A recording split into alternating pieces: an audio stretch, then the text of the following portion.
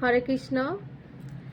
কাউকে যদি জেনে শুনে ইচ্ছাকৃতভাবে তাকে আঘাত দেওয়া হয় তাহলে তার ফলটা কি হয় একবার শুনে নাও। একটা কুকুর এখন রাস্তা দিয়ে যাচ্ছে। এক মন্দিরের পূজারী সেই কুকুরটিকে আধখানা ইট নিয়ে ছুঁড়ে মারল। ওই পূজারীটা কি ঠিক কাজ করলো? ওই কুকুরটাকে আঘাত করা কি উচিত হয়েছে? কারণ সে তো তার রাস্তায় যাচ্ছে, সে তো তোমার কোনো ক্ষতি করেনি। কুকুরকে আঘাত করে ওই পূজারী ঠিক কাজ করলো না। তারপর সেই কুকুরটি শ্রী রামচন্দ্রের কাছে গিয়ে নালিশ জানালো এবং বলল, প্রভু আমার বিচার চাই। সেই কুকুরটা বলছে, আমি তো রাস্তা দিয়ে যাচ্ছিলাম, আমি তো ওনার কোনো ক্ষতি করিনি বা আমি তো কোনো অন্যায় করিনি, তাহলে ও কেন আমাকে আঘাত করলো? তখন ভগবান রামচন্দ্র সেই পূজারীকে ডেকে পাঠালেন।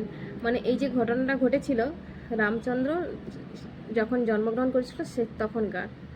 এবং সেই পূজারীটা যখন রামচন্দ্রের কাছে এলো তখন রামচন্দ্র সেই পূজারীকে জিজ্ঞেস করছে, তুমি ওকে মেরেছো? তখন সেই পূজারী বলল, হ্যাঁ প্রভু। কেন? ওর অন্যায় কি? তখন সেই পূজারী তো কিছু বলতে পারছে না। তখন সেই পূজারী বলছে, প্রভু আমার ভুল হয়ে গেছে, আমাকে ক্ষমা করে দাও। তখন শ্রী রামচন্দ্র সেই কুকুরটার কাছে গেল এবং গিয়ে বলছে, ও তো ওর অন্যায়টা স্বীকার করে ফেলেছে, এখন তুমি কি বলতে চাও বলো।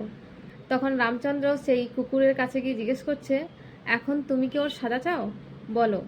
তখন কুকুরটা বলল, ও তো মন্দিরে এক সাধারণ পূজারী, ওকে বড় কোনো ধামে বা মঠের মহত্ব করে দাও।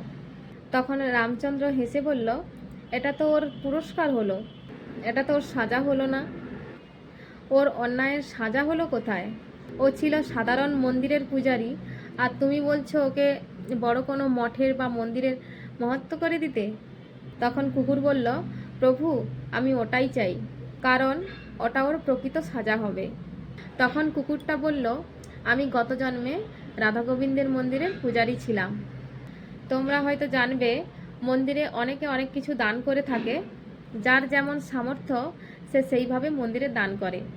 আমিও ঠিকভাবে রাধা গোবিন্দের সেবা করে যাচ্ছিলাম। ভক্তরা ভগবানকে যা কিছু দিয়ে যেত সেইগুলো আমি ভগবানকে ভোগ নিবেদন করে সেই প্রসাদ সবার মধ্যে বিলিয়ে দিতাম। কিন্তু হঠাৎ একদিন এক জার ঘি আসলো, আর সেটা দেখে আমার লোভ হয়ে গেল। তখন আমার মনে হলো যে এটা যদি আমি আমার বাড়িতে নিয়ে যাই সবাই মিলে একসাথে বসে খেতে পারবো। তারপরে কি করলাম, সেই ঘিটা ভগবানকে ভোগ না দিয়ে বাড়িতে নিয়ে গিয়ে সবাই মিলে খেয়ে নিলাম। আর সেই পাপের জন্য এই জন্মে আমাকে কুকুর হয়ে জন্মাতে হয়েছে। আমি চাইছি কেন জানেন? ওকে মহত্ব করতে। ও যখন মহত্ব হয়ে এরকম কোনো লোভের দ্বারা বশীভূত হয়ে আমার মতো ওর পরিণতি হবে, এটাই হলো ওর শাস্তি। এই জন্য বলে লোভ করতে নেই, লোভের পরিণাম বড় ভয়াবহ হয়। যে যেমন কর্ম করবে তাকে সেই রকম ফল ভোগ করতে হবে।